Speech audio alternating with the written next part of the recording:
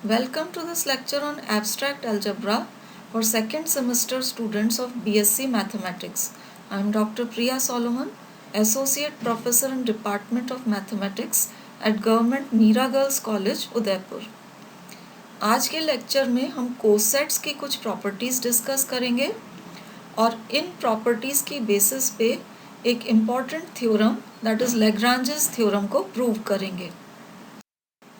Cosets की definition हमने last lecture में दी थी, तो वो यहाँ पर फिर से मेंशन्ड है। H अगर G का सब ग्रुप है तो ये AH लेफ्ट कोसेट कहलाता है। यहाँ A H के लेफ्ट में होगा और this is the set of all elements of the type AH such that small h belongs to capital H। इसी तरीके से राइट कोसेट इस तरीके से डिफाइंड होता है, AH के राइट में लिखा जाता है एंड ये आपका इस तरीके का सेट होगा, set of all elements of the type small HA where small h belongs to capital H। फिर हमने ये भी देखा था कि इन जनरल लेफ्ट कोसेट और राइट कोसेट बराबर नहीं होते हैं, लेकिन अगर G अबीलियन ग्रुप है तो कम्यूटेटिव प्रॉपर्टी सेटिस्फाई हो जाने की वजह से लेफ्ट और राइट कोसेट्स इक्वल हो जाते हैं। ये जो रिप्रेजेंटेशन है मल्टीप्लिकेटिव ग्रुप के लिए था। अगर G एडिटिव ग्रुप है तो लेफ्ट कोसेट को इस तरीके से और राइट कोसेट को इस तरीके से रिप्रेजेंट किया जाता है।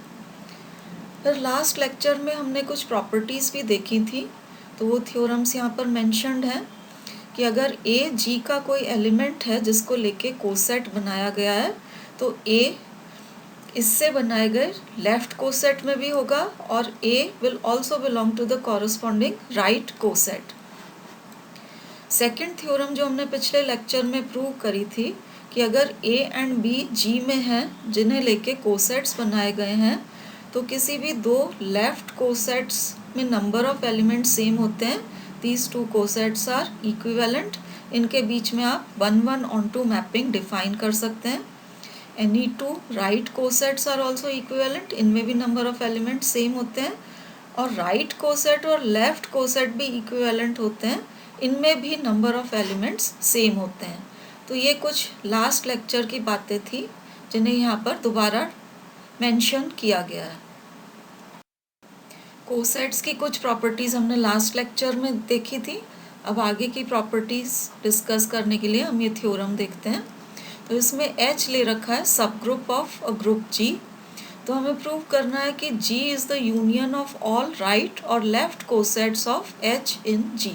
दैट मीन्स G को प्रूव करना है it is the union of all right cosets and it is also equal to union of all left cosets. अब दो सेट्स को इक्वल प्रूव करने के लिए अगर आपको सेट्स A और B को इक्वल प्रूव करना है तो हम प्रूव करते हैं कि A is a subset of B and B is again a subset of A। That means A का हर एलिमेंट B में हो और B का हर एलिमेंट A में वापस हो तो हम कह सकते हैं कि सेट्स आर इक्वल। अब यहाँ इन दोनों सेट्स को इक्वल प्रूव करना है तो पहले हम शो करेंगे कि G is a subset of union HA। उसके लिए G का कोई भी एलिमेंट A हम लेंगे। अब जैसा हमने पिछली लेक्चर की प्रॉपर्टी में प्रूव किया था कि A को लेके कोई भी कोसेट अगर HA बनाया जाता है तो A हमेशा उस कोसेट में बिलोंग करता है, तो A will belong to this right coset HA। अब A अगर इस कोसेट में है तो naturally A will belong to union of all right cosets, क्योंकि अगर एक में है तो यूनियन में तो सारे ही राइट कोसेट्स के एलिमेंट्स आ रहे हैं, तो A डेफिनेटली इस यूनियन में बिलोंग करेगा। तो हमने एलिमेंट लिया था G में और शो कर दिया है कि यही एलिमेंट यूनियन HA में भी बिलोंग कर रहा है, तो हम कह सकते हैं कि G is a subset of union HA, क्योंकि इसका हर एलिमेंट इस यूनियन में बिलोंग कर रहा है, इसलिए G is a subset of union HA और ये हो गया आपका रिलेशन नंबर 1। नेक्स्ट आप देखिए, कोई भी आप कोसेट लें HA, ये हमेशा G का ही सबसेट होता है क्योंकि H G का सब ग्रुप है और A भी G का ही एलिमेंट है, तो जब प्रोडक्ट बनाए जाते हैं तो वो भी G में ही रहेंगे बाय क्लोजर प्रॉपर्टी। तो कोई भी आप कोसेट लें it is always a subset of G, चाहे आप जी का कोई भी एलिमेंट लेके कोसेट बनाएं। अब हर एक कोसेट जब जी का सबसेट है तो इन कोसेट्स का जब आप यूनियन लेंगे तो यूनियन भी जी का ही सबसेट रहेगा, जी के बाहर नहीं जाएगा, क्योंकि हर एक कोसेट भी जी के अंदर ही है, इसलिए union will also be a subset of G. इस रिलेशन को हम क्या देते हैं, रिलेशन नंबर 2। तो रिलेशन 1 से हमें मिल रहा है G is a subset of this union, और रिलेशन नंबर 2 से हमें मिल रहा है कि this union is a subset of G। That means G का हर एलिमेंट इसमें है और इसका हर एलिमेंट G में है। ऐसा तभी पॉसिबल है जब दोनों सेट्स इक्वल हो। तो we come to a final conclusion कि G is equal to union of HA। तो G is the union of all right cosets. इसी तरीके से हम प्रूव कर सकते हैं कि G is the union of all left cosets. So we get our final property कि group G is the union of all right or left cosets of H in G. अगली थ्योरम में हम एक और इम्पॉर्टेंट प्रॉपर्टी कोसेट्स की prove करेंगे कि any two right or left cosets of a subgroup are either identical or disjoint। कोई भी दो कोसेट्स लें, राइट कोसेट्स, तो या तो सर्वसम आइडेंटिकल होते हैं, या तो उनमें सारे एलिमेंट सेम होंगे, या फिर वो डिसजॉइंट होंगे, असंयुक्त होंगे, कोई भी एलिमेंट उनमें कॉमन नहीं होगा। ये प्रॉपर्टी हम एक एग्जांपल के थ्रू लास्ट लेक्चर में देख भी चुके हैं। अब इसका हम प्रूफ देखेंगे। तो प्रूफ के लिए H A and H B कोई भी दो राइट कोसेट्स ले लेते हैं एच के। तो दो पॉसिबिलिटीज़ हैं, या तो H A intersection H B empty set होगा या ये नहीं होगा। अगर ये एम्प्टी सेट हो जाता है तो कोसेट्स आपके डिसजॉइंट हो जाएंगे, इनमें कोई भी कॉमन एलिमेंट नहीं होगा। तो हमें ये प्रूव करना है कि अगर ये डिसजॉइंट नहीं है तो ये आइडेंटिकल होंगे। तो दूसरा केस हम देखते हैं कि अगर ये डिसजॉइंट नहीं है, दैट मीन्स अगर इनका इंटरसेक्शन एम्प्टी सेट नहीं है, इनमें कोई भी अगर कॉमन एलिमेंट है तो सारे के सारे एलिमेंट्स इनके सेम होने चाहिए, ये आइडेंटिकल होने चाहिए। तो अब देखिए हमने माना है कि H A intersection H B empty नहीं है, तो ये नल सेट नहीं है, इसलिए इस इंटरसेक्शन में कोई ना कोई एलिमेंट होना चाहिए। हम मान लेते हैं कि मान लीजिए x कोई एलिमेंट है H A intersection H B का। अब x क्योंकि इंटरसेक्शन में है, x एच ए में भी होगा और x एच बी में भी होगा। x अगर एच ए में है तो x को हम इस तरह से लिख सकते हैं, राइट हैंड साइड में a रहेगा multiplied by h1 belonging to this h, और x एच बी में भी है तो x को हम इस तरीके से भी लिख सकते हैं h2 इंटू बी। अब यहाँ पर क्योंकि ये दोनों रिप्रेजेंटेशंस x के ही हैं तो x h1 a के बराबर भी है और h2 b के बराबर भी है। अब इन दोनों को साथ में कंसिडर करते हुए हम यहाँ से a अगर कैलकुलेट करें तो आप देखिए h1 को आप इधर ट्रांसफ़र करेंगे तो a हो जाएगा h1 इनवर्स h2b के बराबर, और इसी इक्वेशन से हम b भी कैलकुलेट कर सकते हैं। तो h2 को आप इधर ट्रांसफ़र करेंगे तो b हो जाएगा h2 इनवर्स h1a के बराबर। तो ये आपके पास a एंड b के रिप्रेजेंटेशंस जो आए हैं इनको हम 1 से डिनोट करेंगे। अब इनकी बेसिस पे हम एक्चुअली प्रूव करेंगे कि H A is equal to H B. H A and H B को आइडेंटिकल प्रूव हम करेंगे। अब अगर ये दोनों इक्वल हैं तो H A should be a subset of H B and H B should be a subset of H A, तब हम कह सकेंगे कि दोनों आइडेंटिकल हैं। अब H A is a subset of H B prove करने के लिए ये कोई भी एलिमेंट हम ले रहे हैं एच ए का। अब एच ए को हम इसमें जो ए आ रहा है इसको यहाँ से हम रिप्लेस कर सकते हैं, तो ए की जगह ये वैल्यू लिख दी। अब यहाँ पर एच h1 इनवर्स और h2 ये तीनों कैपिटल H के एलिमेंट्स हैं, तो इनको अगर आप एक साथ देखें तो ये कैपिटल H में बिलोंग करेंगे और राइट हैंड साइड में B फिक्स्ड है तो this will belong to HB। तो ये एलिमेंट मैंने लिया था HA का और प्रूव कर दिया है कि this belongs to HB। That means HA का हर एलिमेंट HB में है, तो हम कह सकते हैं कि HA is a subset of HB। ये हो गया आपका रिलेशन नंबर 2। इसी तरह से हम प्रूव करेंगे कि HB is also a subset of HA। अब HB is a subset of HA prove करने के लिए हम एलिमेंट HB में लेंगे।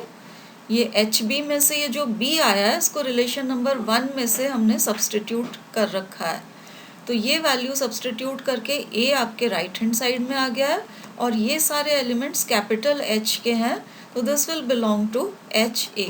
तो अब की बार एलिमेंट HB में लिया था और प्रूव कर दिया है कि it belongs to HA। That means HB का हर एलिमेंट HA में है, therefore HB is a subset of HA। ये हो गया आपका रिलेशन नंबर 3।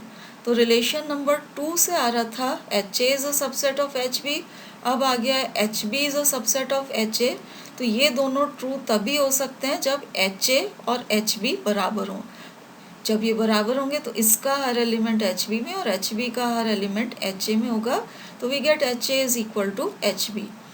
तो हमने प्रूव कर दिया है कि अगर HA intersection HB is not equal to 5, अगर ये डिसजॉइंट नहीं है, इनमें अगर एक भी कॉमन एलिमेंट X है तो ये आइडेंटिकल होंगे। That means HA will be equal to HB। तो हम कह सकते हैं कि एनी टू राइट कोसेट्स, चाहे तो आप लेफ्ट कोसेट लेके भी प्रूव कर सकते हैं, तो एनी टू राइट कोसेट्स और left cosets are either identical और डिसजॉइंट, या तो सर्वसम होंगे या असंयुक्त होंगे।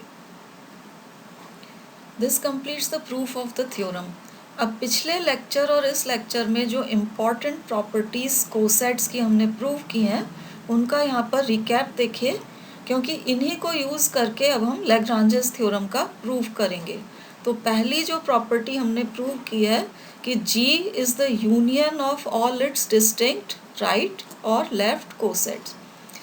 सेकेंड प्रॉपर्टी ये हमने प्रूव की है कि number of elements in any two left cosets, number of elements in any right cosets और number of elements in left coset and right coset, ये सब सेम होते हैं क्योंकि ये left cosets and right cosets ये इक्विवेलेंट होते हैं।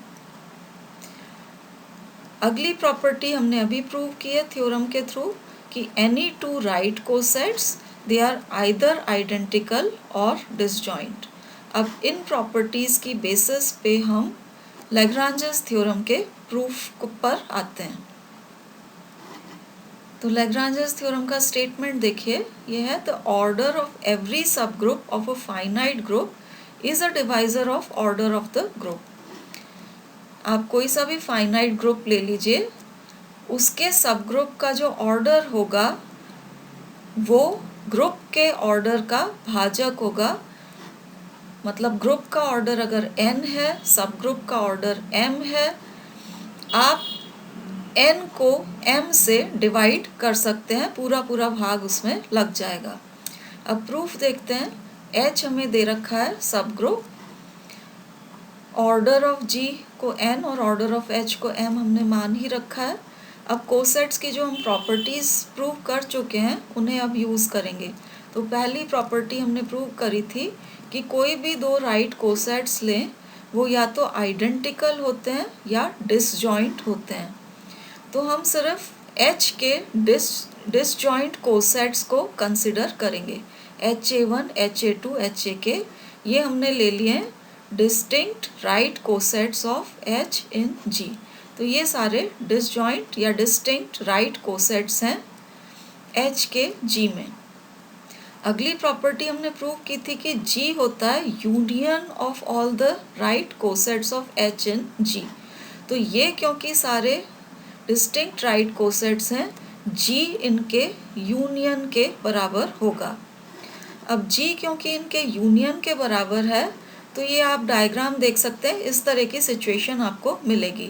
ये आपका ग्रुप हो गया G, HA1, HA2 and so on up to HAK। ये इसके डिस्टिंक्ट राइट कोसेट्स हैं, ये डिसजॉइंट होते हैं तो कोई भी एक दूसरे को ओवरलैप नहीं करेगा, ये सारे डिस्टिंक्ट होंगे, नॉन ओवरलैपिंग कोसेट्स होंगे। इन सब का यूनियन आप ले लेंगे तो आपको पूरा का पूरा जी मिल जाएगा। तो अब अगर आपको ऑर्डर ऑफ जी निकालना है, दैट मीन्स जी के नंबर ऑफ एलिमेंट्स चाहिए, तो अब आप इन डिस्टिंक्ट जो राइट कोसेट्स आ रहे हैं इनके एलिमेंट्स की संख्या आप जोड़ देते हैं तो आपको total number of elements in G मिल जाएगा। तो order of G will be equal to order of HA1 plus order of HA2 and so on. ये सब कोसेट्स जो आपके पास आ रहे हैं इनके एलिमेंट्स की संख्या आप जोड़ दें तो आपको टोटल नंबर ऑफ एलिमेंट्स मिल जाएंगे जी के।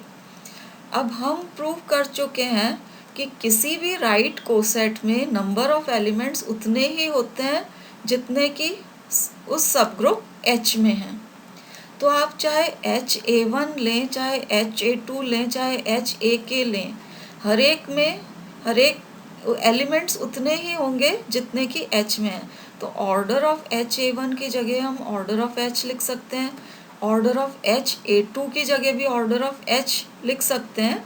तो इनमें से हर एक कोसेट के ऑर्डर की जगह अगर आप ऑर्डर ऑफ H लिख देते हैं तो क्योंकि ये के कोसेट्स थे, आपको order of H plus order of H मिल जाएगा के बार। So this is K times order of H। अब ऑर्डर ऑफ G हमने n मान रखा है और ऑर्डर ऑफ H को m मान रखा है, तो we get n is equal to km।